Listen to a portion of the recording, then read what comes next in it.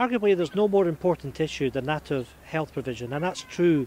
in the constituency of Ross, Skye and Lochaber.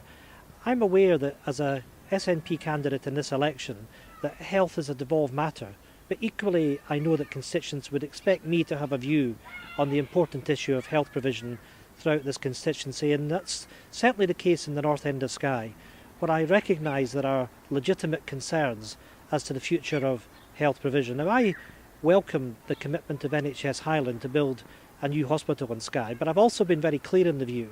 that they need to make sure that they address the needs of all the people throughout Skye, throughout Lochaber and west of Ross. And if it is the case that we're going to have a new hospital in Broadford, I believe that NHS should deliver on their commitment, and that is that we need to retain hospital beds in the north end of the island in Portree. But to use their language, step up, step down beds. We need to sustain accident and emergency, and I've called on NHS Highland to make sure that they invest in the rural practitioner who will lead the delivery of accident and emergency based in Portree Hospital. I've written to David Alston, the chair of NHS Highland, and I've also raised the issue of care beds, because we know that care beds are being taken away from the island of Skye in the private sector.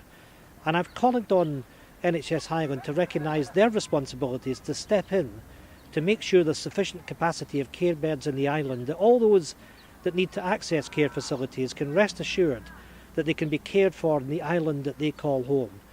So there is certainly much to do for NHS Highland to reassure patients, to reassure the community in Skye, and I'll certainly be at the forefront of that campaign, standing up for constituents in the north end of Skye, standing up for constituents right throughout Ross, Skye and Lochaber. Thank you very much.